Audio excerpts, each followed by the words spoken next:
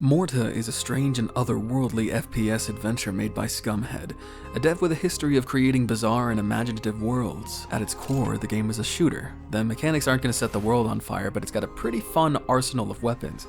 The game greatly encourages that you avoid damage at all costs and take it all slow. Enemies you kill will stay dead, so you're free to go back, heal, or upgrade anytime, except for the boss fights, which are definitely the gameplay highlight. What keeps me interested, however, is the unique setting and story.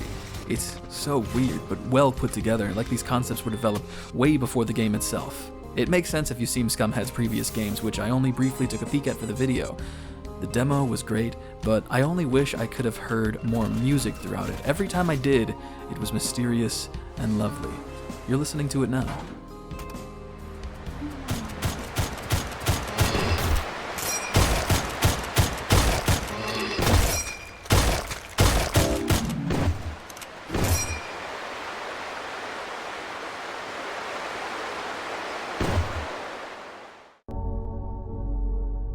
Little Carimara, the lone goblin, muddles through a murmuring house with borrowed magic.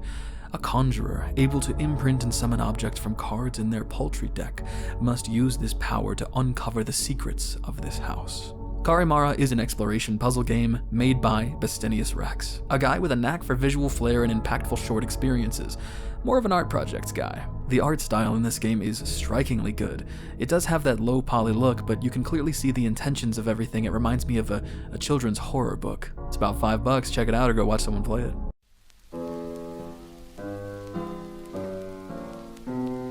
Misery is a 1-to-5 player PvE extraction shooter made by Platypus Entertainment. In a bleak post-apocalyptic world, you try to make the most of what you have and live to tomorrow. It's very clearly inspired by the Stalker series' hopeless supernatural setting. A lot of the joy seems to be going out and exploring new areas, finding and collecting little things, and just appreciating the time on Earth with your friends. I do mean that, by the way. Parties of at least 3 people were featured all over this game's trailers. You're meant to play with others, hang out, smoke a digital cigarette, shoot a creature or two, just hang out. The somber music they played in the trailer made me believe that this was going to be a profoundly beautiful survival game, and it is pretty artsy. If I had time and a dedicated buddy or two to play with, I could see myself throwing back a couple of beers after work and just chatting over scavenging in this game. Seems cool, but not exactly for me. Spindle is a hack-and-slash adventure reminiscent of old-school Legend of Zelda games, created by Wobbleghost. The gameplay isn't new, but it's well done. If you've ever played A Link to the Past, you get the idea, but it's a lot more fluid to play. It sort of reminds me of Moonlighter if you've ever played that one. Also, it reminds me of that game's pixel style. Spindle's great, it's solid, if not a little simple. Pipkin is a cutesy Halloween-themed creature collection RPG made by the dev Greg Dude. Catch over 60 Pipkin as you explore the magical world of New Haven. This got my attention purely for the art. Obviously earthbound inspirations when walking around, but the art during battles is bright and colorful. It seems like it's got some heart. House of Necrosis. Take a look at this game. Look at the art. What type of game do you think it is? What game obviously inspired it? That's right. Pokemon Mystery Dungeon. I was blindsided when I started playing. I never played a Mystery Dungeon, and this is my first experience with that type of gameplay. It is addictive, especially the format given by House of Necrosis. If you don't know, you enter a randomized dungeon with different monsters, different items. You can find permanent upgrades for your character across runs like spells, and the enemy only moves when you do. It's turn-based in that sense. I can sit here and grind out runs for hours, and I would have too if I didn't tell myself to hurry for the video. You play a cop investigating the strange occurrences around this abandoned manor. Upon wandering in, encountering horrible monsters and being killed by them, you discovered that not even death is an escape. You do have a little room of reprieve to store your stuff, but the game is similar to a roguelike in that you can carry over items from one run to the other, only if you evacuate in time. House of Necrosis is one of my favorite games on this list, and it's making me interested in trying those old Mystery Dungeon games. Give it a look. I've heard zero buzz about it, and if I could draw up attention, that'd be amazing.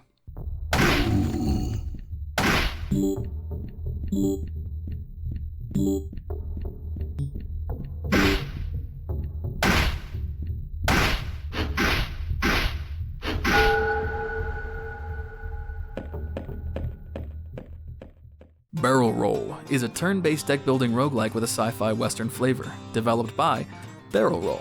You play as a bounty-hunting robot armed with a trusty revolver, each bullet carrying its own unique effect.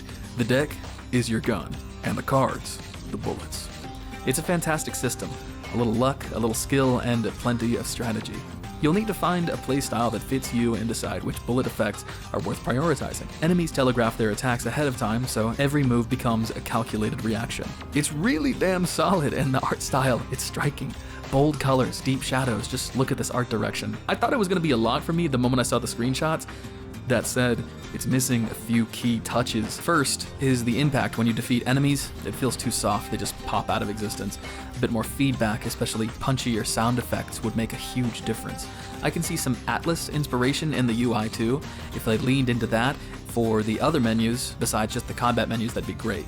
Include some sound effects, some clicks, clacks, beeps, guitar strums that make a world of difference. Barrel roll has serious potential, the core gameplay is sick, and I'd love to see it get just a tiny bit more polish. It feels close to something I'd love, but maybe you'll like it more than me. Give the demo a try.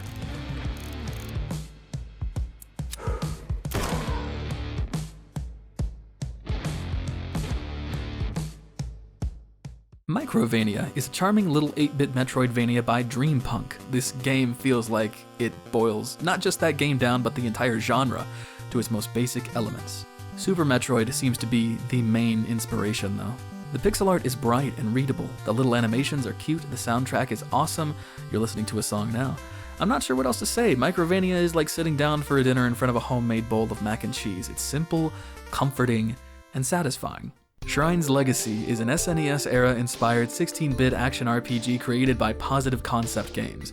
The art style clearly evokes that nostalgic look while adding a little more detail than would have been possible on the original SNES. Judging by the trailer, this seems to be a very pure adventure calling back to games like Trials of Mana. The movement flows well and the music I listen to suits it well. If you're looking for a classic adventure with modern controls and trimmings, this is it. Dead Finger Dice. You're a contestant in a game show for the ultra-wealthy. Voyeurs sit in upholstered, smoke-filled rooms to watch you and an opponent stumble out of your holding cell to play a long game of poker dice. The chips, your fingers. The stakes, your life. Dead Finger Dice was made by Rocket Adrift Games. There's not much to it for now, but the demo did tease escape room elements like Inscription and roguelike elements. It's got a delightful art style, kind of reminding me of the Junji Ito-inspired World of Horror, obviously with a different style though. The music's also very fitting.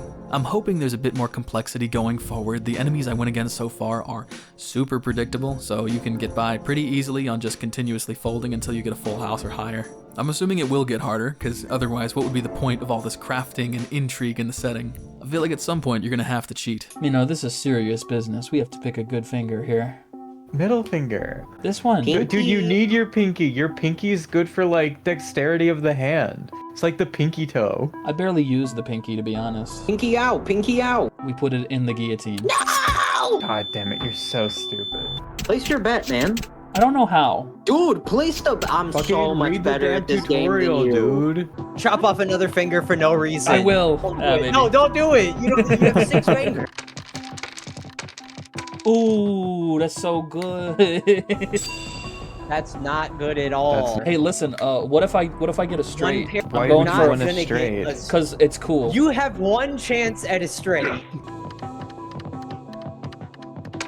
Let's go! Fuck yourself. Riddlewood Manor is a cheeky puzzle game set in a haunted mansion where people constantly go missing. Overcome eerie puzzles to discover the secrets of the mansion. This looks sick as fuck. I love the art style. I had the same cheerful feeling after playing the demo as when I was playing games like Sam & Max. It's cute, it's got simple logic puzzles. I really recommend it, and it is very underloved. Please check it out. Dreamed Away is the latest cultural spread of Earthbound-inspired RPGs. This one created by Nicholas Pettin. You play as Theo, a young boy that seems to have woken up in a dream world. Sensing that his sister is somehow involved and in danger, he presses on to face the horrors ahead. Like I said, this game has Earthbound inspirations. It's goofy, it has a very simple art style, and an oddly appealing feel to it. The combat seems more taken from Undertale though, if only a little. Dodging, timing keys, and timing-based attacks. I actually like it a bit better than Undertale's combat because you can actually level up in this game without consequences, making encounters easy, deal more damage, and the best part is if you can time the attack just right, you can unleash consecutive attacks. In theory, I could have beat the first boss in 1 turn, I'm just not good enough. This is Nicholas Pettin's first Steam release, and he set the bar pretty high. I hope it works out because this game is pretty quality. Keep a lookout. The Lonesome Guild is a cute little action RPG adventure. I'm not sure if it was directly inspired or not, but some of the gameplay reminds me of Lego Star Wars with how you swap characters and solve puzzles. The rest of what I've seen in the trailer consists of the standard isometric action game stuff. Tiny Bull Studios seems to have a good game track record. I hope this one's good too. Ball Pit is a roguelike, bullet hell, brick-breaking game published by Devolver Digital and developed by Kenny Sun, a pretty low-key but established indie dev. Do you know that classic brick-breaking mobile game? What if you take that and add the exceptional polish of a modern indie gem? You get Ball Pit. The core gameplay is basic, but it borrows a lot from simple and legendary games like Vampire Survivors and goddamn Space Invaders. If the blocks touch the ground, they'll end up hurting your player character. They also shoot projectiles, so you're consistently dodging while firing. The upgrades are pretty simple, but certain items have synergies that allow them to fuse and have crazy effects. On the side, you have a homestead that you're constantly upgrading in order to have new characters and new upgrades. You actually have to structure your base like a pinball machine in order to get the most resources out of them, which I'm very impatient at, so I suck at it. It's a damn good game. It's chaotic like any other bullet hell or roguelike, but it's just so easy to read and play. I was planning to just play a couple of games for the video to give you an impression, but I got so addicted and wasted a whole hour on just the demo. It's great, just like almost anything that Devolver publishes. Worth your time if you're into roguelikes and arcadey type games. Spooky Express is a cutesy puzzle game about setting a train track. The game is simple. Take monsters to their designated spot. You have a tiled ground to plan a route, but you have limited seats and you can't overlap your tracks or go backwards. As you can imagine, it gets way more complicated. Easy to pick up, very hard to master. Battery Node is a multi-ending 8-bit visual novel developed by 72 Studios. You play as a person emerging from cryosleep and are suffering from a touch of memory degradation. Your AI assistant informs you of your old hobby, salvaging, charging, and talking to scrapped robots. There's a morbid twist to this little conversation adventure though. You have the option to overcharge them, permanently destroying them. The description of the game states, how they spend their final moments is entirely up to you. You have a little tour of their personalities before shutting them down for good, or really try to get to know them. Given the type of person drawn to the game, you'll probably try it all. It's got a really chunky pixelated look to it, like it'd be at home on really old hardware, but the art style just makes it so easy to read. It even has a 4:3 aspect ratio, which normally disorients me, but they provided an option to put it in a small window, which I really appreciate. So far, it's been adorable, great style, fun music, and a very creative setup. I really liked meeting the tiny bit of character that I got to see, and I'm excited to see the rest. Wonderful job, 72. Dicealot. Ever heard of the old dice game called Farkle? It's a game where you can play high risk or stay safe, which is great for the roguelike formula. Dicealot is an Arthurian-inspired roguelike deck builder where you play Farkle, created by Good View Games. I'm not going to pretend that this game is fucking Dice Balatro, but I really liked it and I can see myself putting a little time into it. It's fun to build up to a big combo and deal the enemy's entire health bar in one swing. The demo was easy as hell once I understood the rules and risks, so I'm hoping that the full version has some unreasonable challenges. I like it. Check it out if you're interested. Tormented Souls 2 is an exploration survival horror game inspired by the original Resident Evil games, created by Dual Effect. Let me get some negatives out of the way first. The dialogue is stilted and cutscenes are a little uncanny, especially with the facial features. Hello. My name is Sister Angelica. Are you Caroline? Yes. Caroline Walker. Ah, then this little one must be your sister. Hello, Anna. Say hello, Anna. Sorry, it takes her a little while to get to know people. No need to be shy. I don't bite. I think chasing a more realistic art style will always have a more glaring issue than a more humble low-poly approach. That being said, the gameplay nails horror and that resi feeling. It's a lot of what you're used to, exploring, backtracking, scripted events, but it's all done very well. There's puzzles for you to solve with what you find that only take a little bit of interpreting. Nothing serious, at least not as of yet. You're not given perfect control of the camera like resi games, and it usually paints a pretty picture running through corridors or down a staircase. This game doesn't have tank controls or any sort of friction to aim or shoot enemies, and I'll let you judge if that's a positive or a negative. The lighting during darker moments is lovely, way better than during the day. Walking by candlelight in a dim hallway gives a moody atmosphere I always want to linger in. It even plays into one of the game's central mechanics, darkness. It's a natural way to halt your progress without setting up an immersion-breaking barrier. If you're enveloped by pure darkness for too long in this game, your life will mysteriously end. Only an occasional bang or scream breaks the silence of the manor.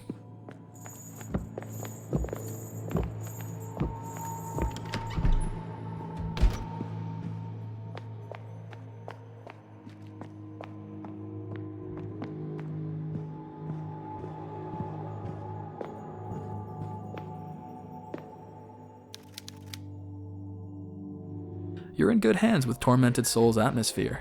Just don't expect to be engrossed by the story. It can be a little silly. Kana is a language-learning, educational game that teaches you the sounds and symbols of katakana and hiragana through romanji. That's just our English letters.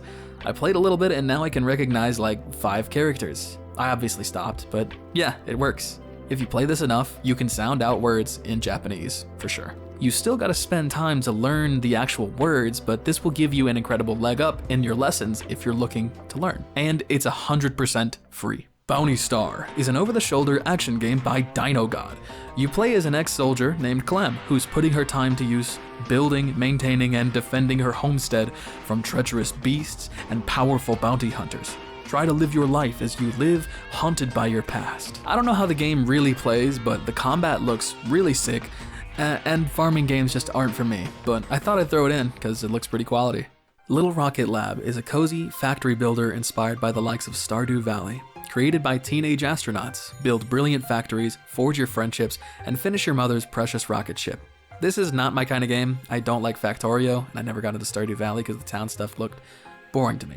I felt like I had to mention it though because the quality is really high. Just look at it. I think it's exactly what someone would want out of those two types of games combined. Brutal efficiency and a cute little outfit.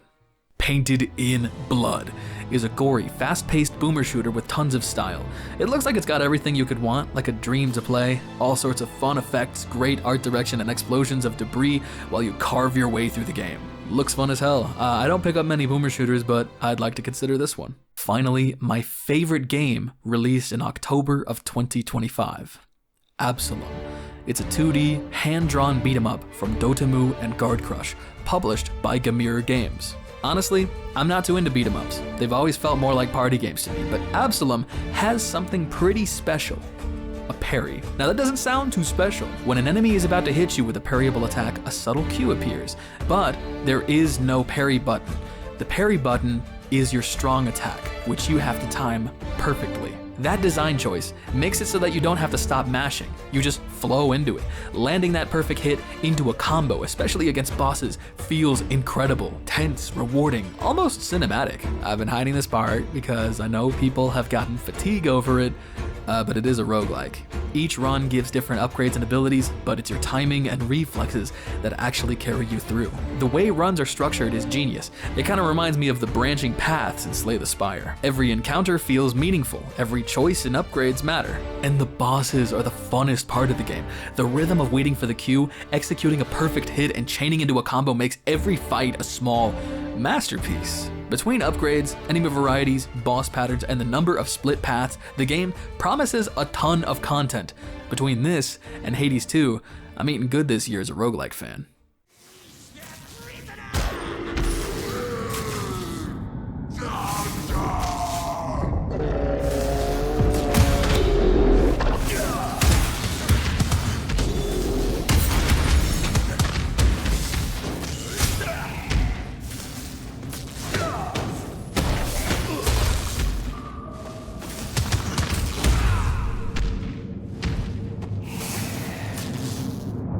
Those energies have always been the sole property of the dwarves. Claim their treasure.